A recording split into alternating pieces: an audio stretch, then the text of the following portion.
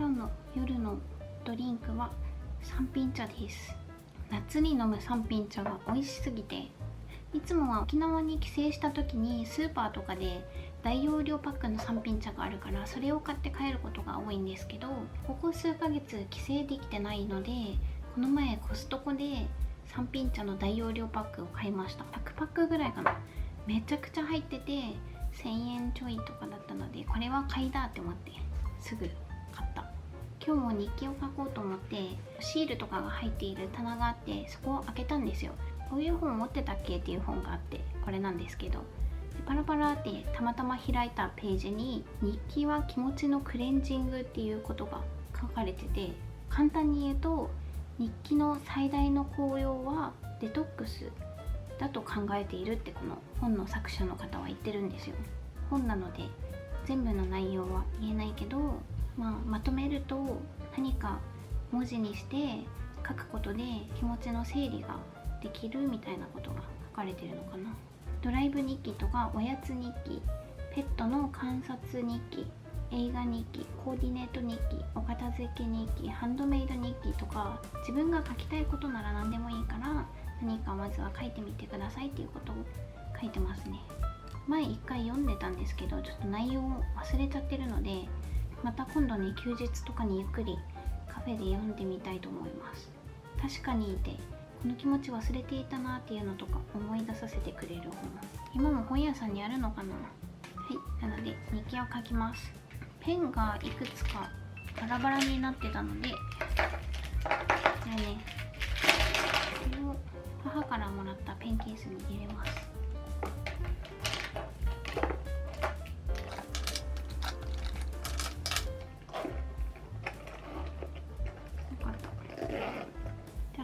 これからはこのペンケースに入れていきます。で、今日私がやりたかったのが、去年行った箱根の日記を書こうと思ってます。今日はこれね、ずっとできてなくて、もう去年行ったのが夏頃、8月だったかな。だからもう1年経とうとしてるんですよ、あれから。もう今更感はあるけど、やっぱり思い出には残したかったので、今日やっと絵日記書きます。で、その時に私サブチャンで話しながらかな、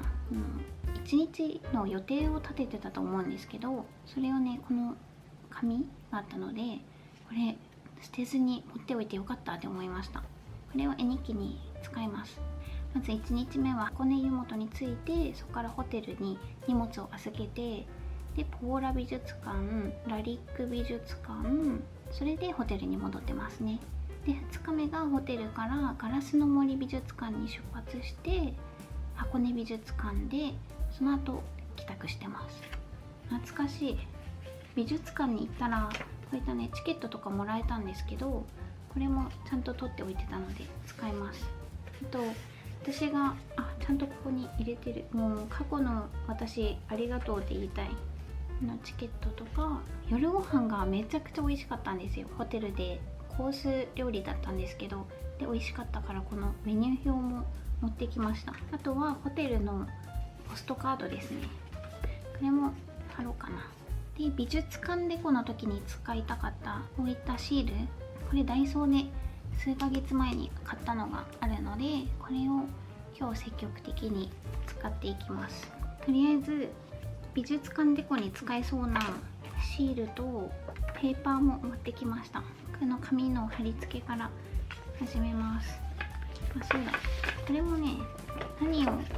切ろうか決めてなかったから、絵画を切り取ったりとか、お気に入りの陶器の写真を切り取って使うのもいいと思います。ガラスの森美術館は絶対また行きたいって思うぐらいめちゃくちゃ良かったです。ここは日本なのかって思っちゃうぐらい本当にキラキラしてて、あれはね、雨の日もすごい幻想的だと思うけど、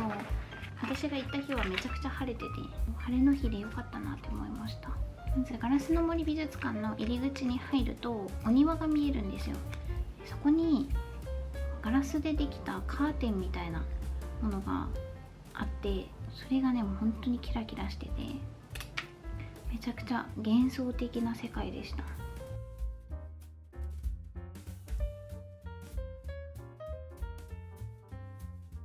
外はやっぱりね夏だったから暑かったんだけど、室内はちゃんと涼しいから、その両方楽しめる場所っていう意味でも本当にまた行きたいです。美術館が好きっていう方はめっちゃ箱根旅行おすすめします。ガラスの森美術館以外にも私行きたかった美術館で行けないところもあったな。そういえば最初は予定に組んでたんだけど、旅行中にやっぱりやめようって断念したところがあって、彫刻の森美術館だ、行こうか迷ったけどなんで行かなかったのかな。私ね、一回バスを間違えた日があって、それが何日目だったか記憶がちょっと曖昧なんですけど、2日目のことだったかな。彫刻の森美術館行こうって思って乗ったバスが違う道に進んでて、で途中で気づいたんですけど、日本だしどうにかなるって思って乗り続けてたら、着いた場所が箱根美術館だったんですよ。箱根美術館に行くのをやめて彫刻の森美術館に行こうとしてたんだけど、着いたから箱根美術館に行こうって思って、結局最終日に箱根美術館に行くことができました。バスなんで間違えちゃったんだろう。合ってるって思って乗ったんだけどな。それはそれで旅の面白いところですよね。予定が狂っちゃうっていうところも楽しいからよかったけど。あとはね、このポーラ美術館ね、ポーラ美術館もめっちゃ好きでした。ポーラ美術館のチケットの裏に箱根の簡易的な地図が書かれていて、箱根ラリック美術館とかポーラ美術館、箱根ガラスの森美術館、星の王子様ミュージアムとかいろいろ美術館あるなって思いますね。これも使えそう。紙箔の時の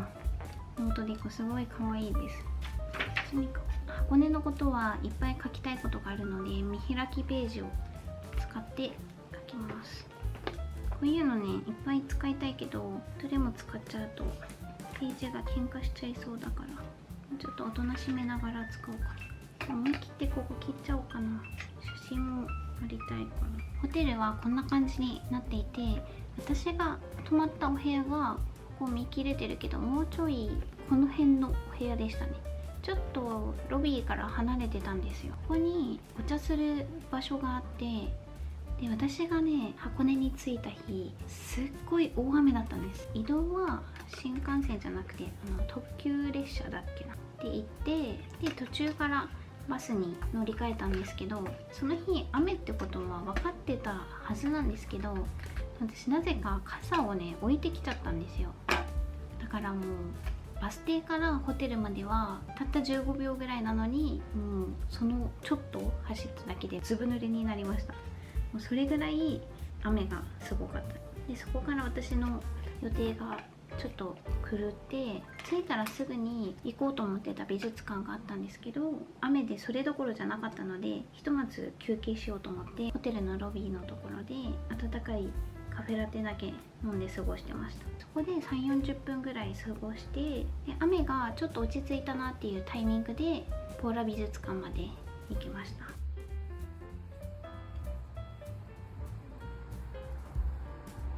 1年前の記憶を遡って思い出してます。やっぱこういうね、起こった出来事はその記憶があるうちに書かないとダメだ。本当に配置がどんどん決まってきたので貼り進めてます。ポーラ美術館は私が行ったのが雨がちょっと止んだ後だったからか、人もすごい少なくて、ポーラ美術館に併設されているカフェがあったんですけど、私そこにすごい行きたくて、人が少なかったおかげもあっていい席に座りながらケーキとお茶を楽しんでいました。このページの際のところは糊だとまだちょっと浮いちゃうので、両面テープがいいかもしれない。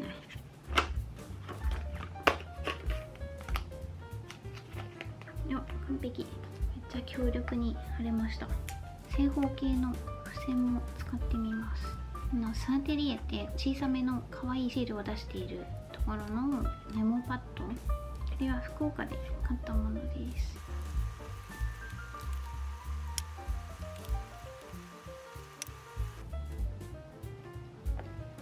私この前こういうのを買ってみたんですよ。ここに日付が書かれているマスキングテープになっていて、使いたい日付のとこだけミシン目に合わせてカットして使うっていうものなんですけど、デザインが可愛いっていうだけで買ったんですよ。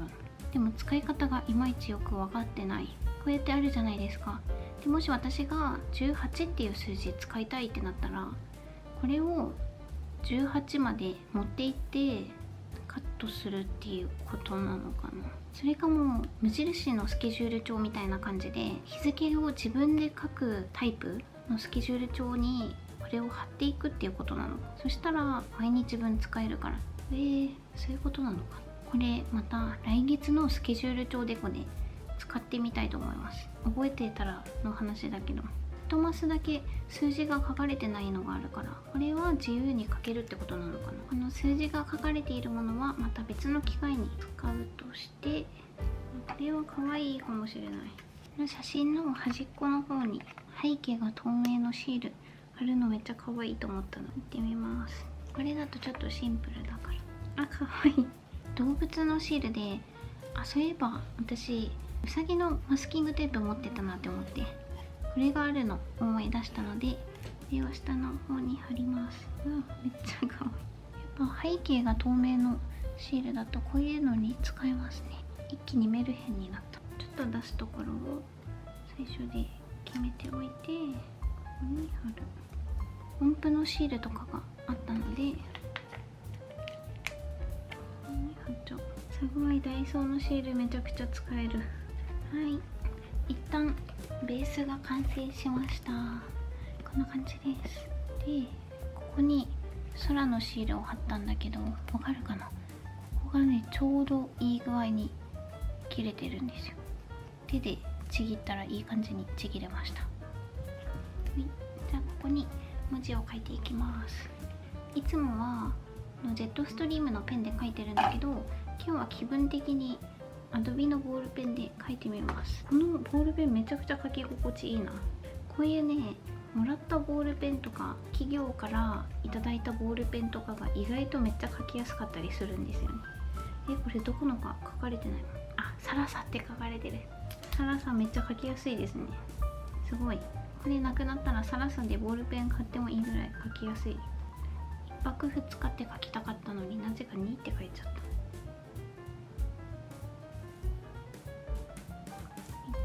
2日間ってことにする。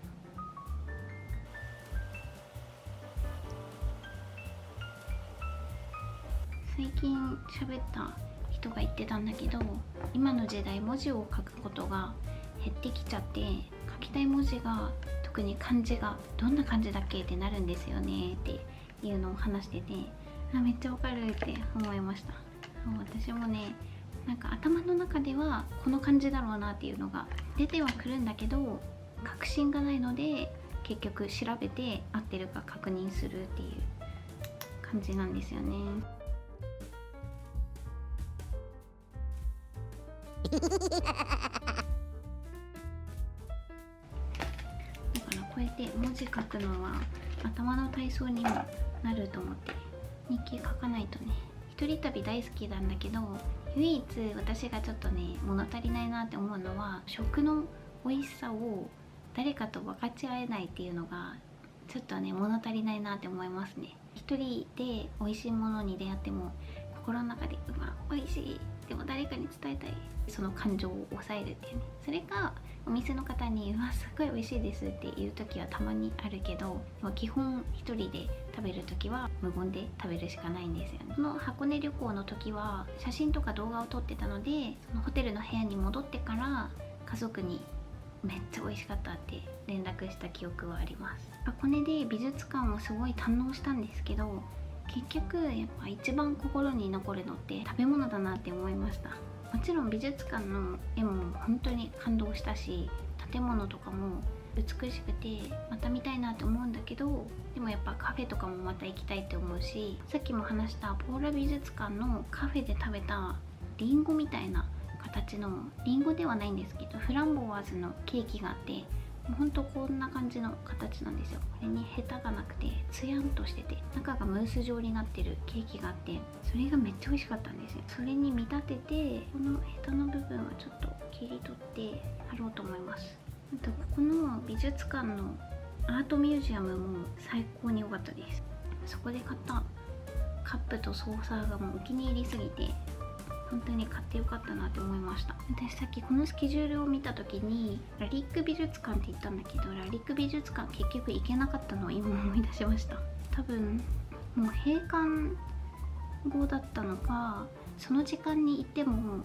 ゆっくりできないなって思ったから、多分この日はラリック美術館行けなかったんですよね。いやそう考えたら箱根でまたリベンジしたい美術館が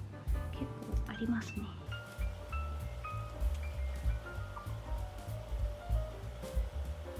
じゃーん、こんな感じで完成しました。また詳しくはインスタグラムに載せます。本日もご視聴いただきありがとうございました。